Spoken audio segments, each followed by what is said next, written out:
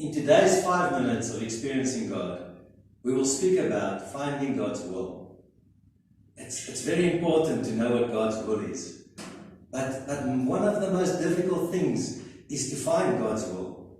Because people are always looking for God's will for their life. And when you look for God's will for your life, it becomes such a big thing. And when it becomes so big, we pray about it, we think about it, but we never get to it. Because it's just too big. But I was reading a story about a visitor that went on a submarine. And as he got onto the submarine, he spoke to one of the officers and he said, "Explain to me, what is the protocol? What is that I need to know?" And the officer looked at him and he said, "You need to understand arithmetic." He said, "What do you mean?" He says, "You need to understand, you need to be able to count how many times we go down and how many times we come up.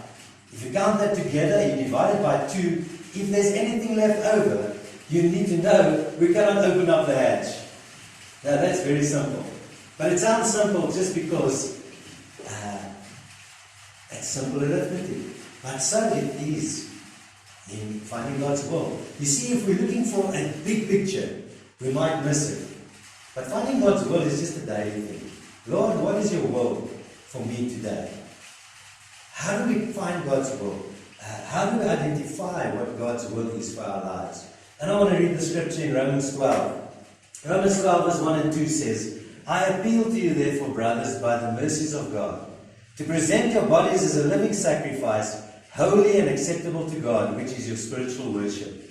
Do not be conformed to this world, but be transformed by the renewal of your mind, that by testing you may discern what is the will of God, what is good and acceptable and perfect." I just have 3 points quickly to explain finding God's will every day in our life. The first one is, become God-centered instead of self-centered. We just read now, we need to present our bodies as a living sacrifice, holy and acceptable to God. This is our spiritual worship. You see, God asks us to focus on Him and not on ourselves. The second one is, do not live according to worldly methods. Worldly methods is what we see people doing, and we try to do little tests and find out, and we try to do all different kinds of things to find God's will. But there's a better way, and it's God's way, which is not the worldly way. The Bible just says, as we read now, do not be conformed to this world. Do not try to find God's will according to worldly standards.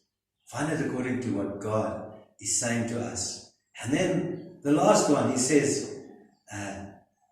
that by testing you may discern what is the will of God.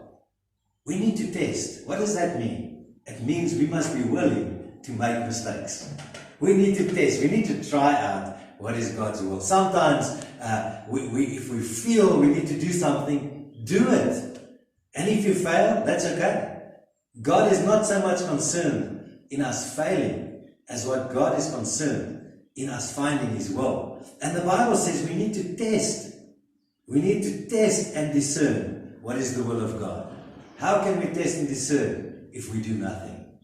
I want to challenge you continually in our lives. We need to know what God's will is. Not the big picture outside there. We need to know what God's will is today. But if we know what God's will is today, then it's so much easier. But how do we get to that? Become God-centered instead of self-centered, number 1. Number 2, do not try and find God's will according to worldly methods. Number 3, step out in faith. Step out in faith and test what is the will of God. Try and do.